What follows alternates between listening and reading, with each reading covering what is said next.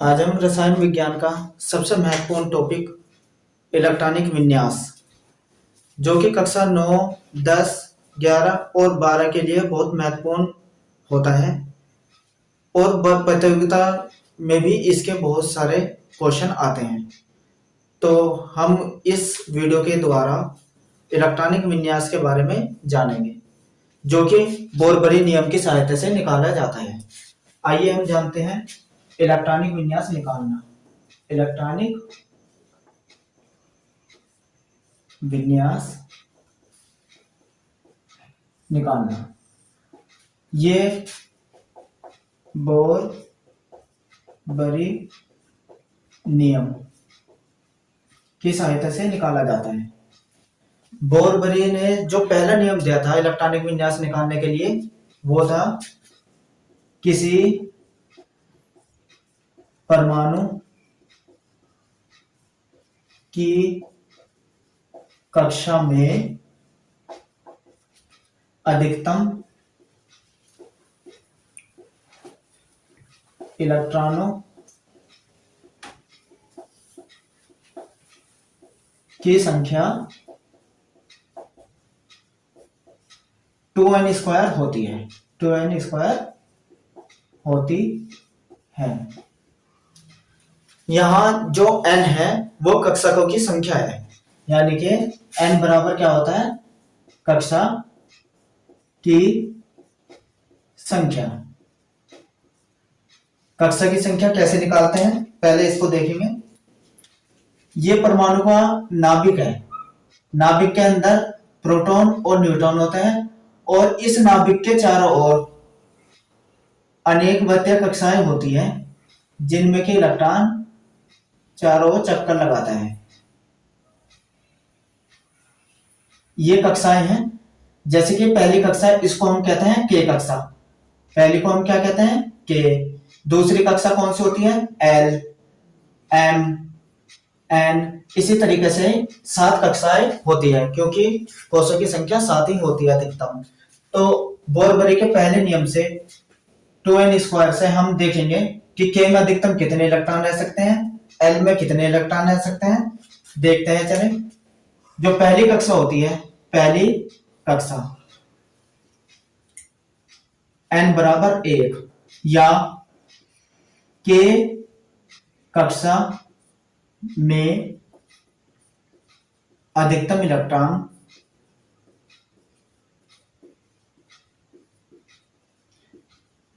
कितने हो सकते हैं, देखते हैं। K कक्षा के लिए 2n², तो देखते हैं कितना आता है। 2 गुना 1 का वर्ग बराबर 2। तो K कक्षा में अधिकतम 2 इलेक्ट्रॉन हो सकते हैं, 1, 2। इसके बाद L कक्षा की अगर हम बात करें, L कक्षा में यानी कि दूसरी कक्षा होती है 2 गुना 2 का वर्ग, तो ये आ जाएंगे 8। L कक्षा में अधिकतम 1, 2, 3, 4, 5, 6, 7, 8 इलेक्ट्रॉन होते हैं। इसके बाद अगर हम M कक्षा की बात करें, ऐसे ही 2 गुना 3 का वर्ग 18, और ऐसे ही N कक्षा की बात करें तो 2 गुना 4 का वर्ग 32। इसी तरीके से 7 कक्षाओं तक इसी फार्मूले से हम इलेक्ट्रॉनों की संख्या निकाल सकते हैं, जो कि किसी भी कक्षा में अधिकतम होती है। अब हम इस नियम के अकॉर्डिंग कुछ इलेक्ट्रॉनिक विन्यास निकालने की कोशिश करेंगे। जैसे कि सबसे पहले अगर मैं 10 का इलेक्ट्रॉनिक विन्यास निकालूं, जो कि नियोन होता है, नियोन के लिए क्या आएगा? 2, 8, यानी कि पहली कक्षा में 2, दूसरी कक्षा में 8। अगर हम 18 का इलेक्ट्रॉनिक विन्यास निकालें, आर्गन, बोरबरी के नियम से ही पहली कक्षा में कितने इलेक्ट्रॉन रह सकते हैं? 2। दूसरी कक्षा में कितने रह सकते हैं? 8। और तीसरे में कितने रह सकते हैं? 18। 2, 8, 8, क्योंकि हमें 18 का निकालना है। 8, 2 और 8 10 और 8 18।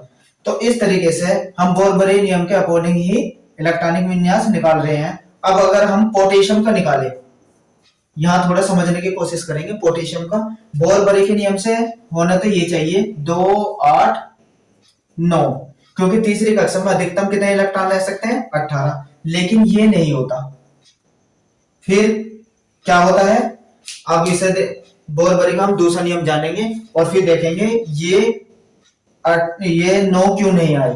तो बोरबरी के नियम से हम जानेंगे दूसरे नियम से। बोरबरी ने जो दूसरा नियम दिया था वो था किसी परमाणु की कक्षा में किसी परमाणु की अंतिम कक्षा में 8 से अधिक इलेक्ट्रॉन नहीं होते हैं। यानी कि बोरबरी ने कहा था कि अगर कोई भी परमाणु है उसकी अंतिम कक्षा में हम 8 से ज्यादा इलेक्ट्रॉन नहीं रख सकते। अब यहाँ 8 से ज्यादा आ गए 9, तो इसका मतलब इसका ये दूसरा नियम गलत साबित हो जाएगा। अतः हम इसके लिए क्या रहेगा, 2, 8, जो ये एक फालतू इलेक्ट्रॉन है ना वो चौथे कक्षा में चला जाएगा। 2, 8, 8 1। तो जो दूसरा नियम था उसके अकॉर्डिंग सही इलेक्ट्रॉनिक विन्यास ये बैठता है। चलो थोड़ा सा और उदाहरण के द्वारा हम समझेंगे।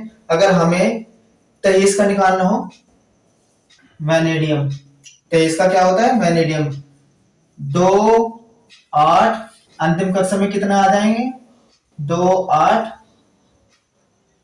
2, 11, ये होते हैं 2, 8, 11, 2। अब हम बोरबरी का तीसरा नियम जानेंगे। अंतिम कक्षा में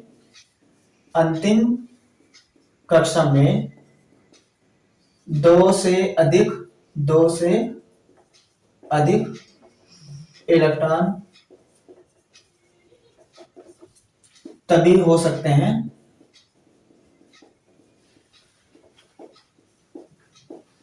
जब उससे पहले वाली कक्षा पूरी भरी हो। तो अभी आपने देखा था कि हमने जैसे 19 का निकाला था 2, 8, 8, 2, वो सॉरी 1। फिर हम अगर 20 का निकाल के देखते हैं 2, 8, 8, 2। अब जैसे ही 21 का निकालेंगे हम 21 एससी का 2, 8, 8, 3 नहीं आएगा यहाँ। अगर ये जैसे ही मैंने 3 किया तो बोरबरी का जो तीसरा नियम है कि अंतिम कक्षा में 2 से अधिक इलेक्ट्रॉन तभी हो सकते हैं जब उससे पहले वाली कक्षा पूरी भरी हो। यानी कि यहाँ 2 से ज्यादा 3 जब तभी आएंगे जब इससे पहले वाली हो तीसरी कक्षा में 18 इलेक्ट्रॉन हो जाएंगे। इसलिए हम यहाँ 2 से 3 तभी करेंगे, पहले यहाँ 18 भरेंगे। अगर हम 25 का निकाल के, जैसे कि हमने अभी 23 का निकाला 2, 8, 11, 2, तो अभी यहाँ पीछे की कक्षा में अंतिम कक्षा में 2 से ज्यादा नहीं करेंगे जब तक कि 18 ना हो जाए। यानी कि एक स्टेज ऐसी आएगी जब ये 18 इलेक्ट्रॉन हो जाएंगे। जैसे कि हम 30 का निकाल के देखते हैं। 30 जो होता है जैरन, जिंक, इसको कहते हैं हम जिंक का अगर हम इलेक्ट्रॉनिक विन्यास निकाले 2, 8, 18, 2, यानी कि ये देखो तीसरी कक्षा में पूरे 18 इलेक्ट्रॉन आ गए। तो बोरबरी के इस नियम के अकॉर्डिंग हम तीनों नियम को अगर देखें, पहली कक्षा में 2, दूसरी में 8, तीसरी में 18, और ये भी बस 2 नियम याद रखना, अंतिम कक्षा में 8 से ज्यादा ना हो जाए और जो 2 है अंतिम कक्षा में उससे ज्यादा तभी होंगे जब उससे पहले वाली कक्षा पूरी भरी हुई हो। अब हम बोरबरी के नियम के अकॉर्डिंग जितने भी इलेक्ट्रॉनिक विन्यास है सभी को बनाने की कोशिश करेंगे, लेकिन एक नियम इसके बारे में और जानेंगे। वो नियम क्या है अभी इसके बारे में जानेंगे हम। अब चौथा नियम जानेंगे, बातम से पूर्व की कक्षा में 18 से अधिक इलेक्ट्रॉन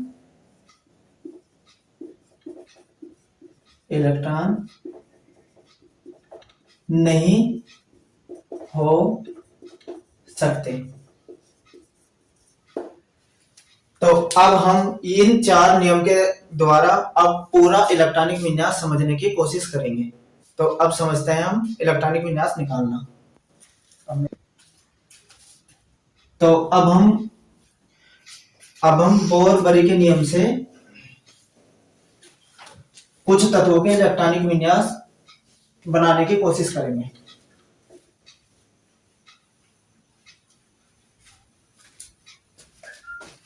देखो, जैसे कि हमें अगर 23 का इलेक्ट्रॉनिक विन्यास निकालना हो V, जो कि होता है वैनेडियम। अगर हमें वैनेडियम का इलेक्ट्रॉनिक विन्यास निकालते हैं तो बोर-बरी के नियम के अकॉर्डिंग निकालेंगे। पहली कक्षा में कितने इलेक्ट्रॉन रह सकते हैं? 2। दूसरी कक्षा में 8। अगर 8 और 2 10, कितने रहेंगे अभी? 13। अगर मैं यहाँ 13 इलेक्ट्रॉन लिख दूं तो बोर-बरी का नियम, यहाँ दूसरा नियम गलत होता है, जिसमें कि बताया था कि अंतिम कक्षा में 8 से ज्यादा इलेक्ट्रॉन नहीं रह सकते। अब यहाँ 8 से ज्यादा इलेक्ट्रॉन आ गए, तो हम क्या करेंगे, इसमें से 2 इलेक्ट्रॉन अंतिम कक्षा में दे देंगे और बाकी 11 यहाँ जाएंगे। तो ये वैनेडियम का सही इलेक्ट्रॉनिक विन्यास ये निकलता है। और तीसरी कक्षा बढ़ती रहेगी और 2 से ज्यादा नहीं रहेंगे जब तक कि 18 ना हो जाए। ठीक है, चलो एक और देखते हैं। 25 Mn मैग्नीज का इलेक्ट्रॉनिक विन्यास जानने की कोशिश करेंगे। मैग्नीज बोर-बरी नियम के अकॉर्डिंग पहली कक्षा में कितने इलेक्ट्रॉन रहते हैं? 2।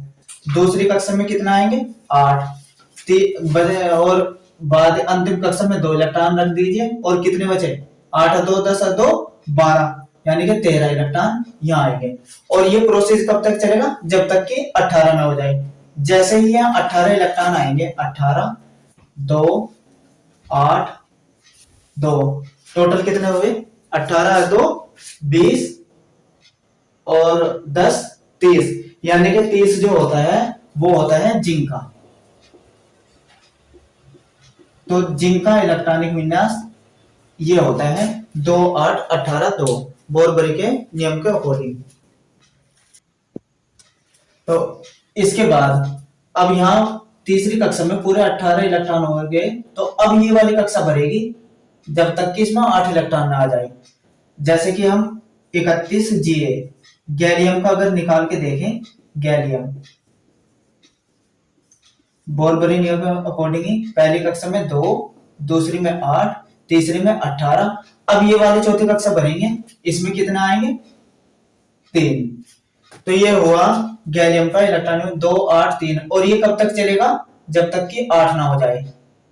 8 ना हो जाए तो ये 2 8 18 8, यानी कि ये किसका होता है?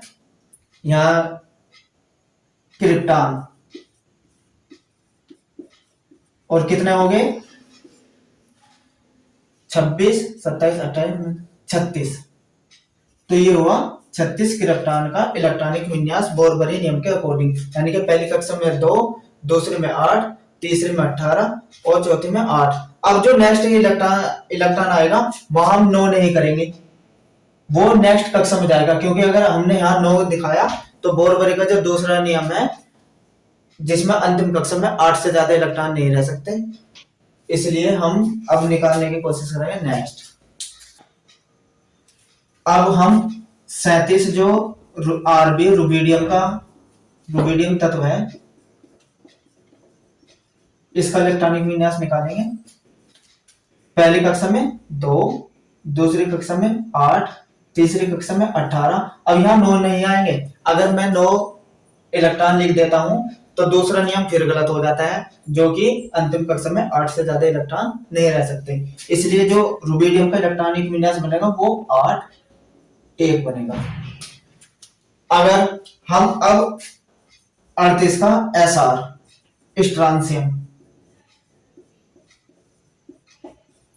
स्ट्रांसियम का इलेक्ट्रॉनिक विन्यास अगर निकाले तो 2 8 18 8 2।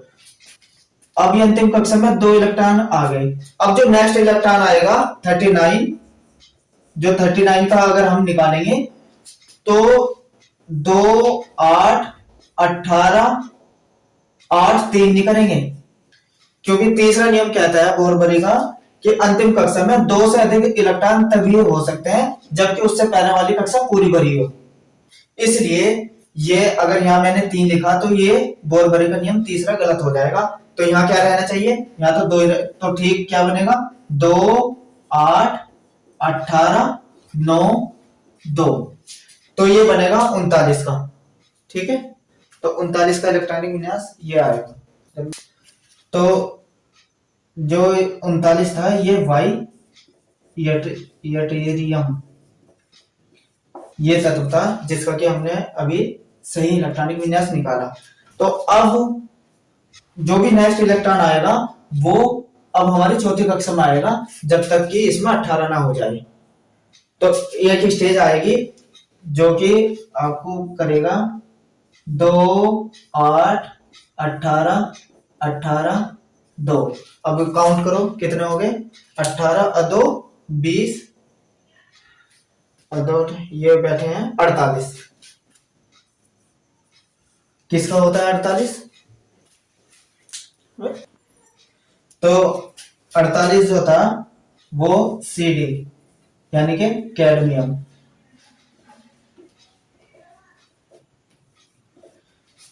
तो ये हमारा बैठा 48 तक। तो 48 तक आप बहुत आसानी से इलेक्ट्रॉनिक विन्यास निकाल सकते हैं। इसके बाद हम देखते हैं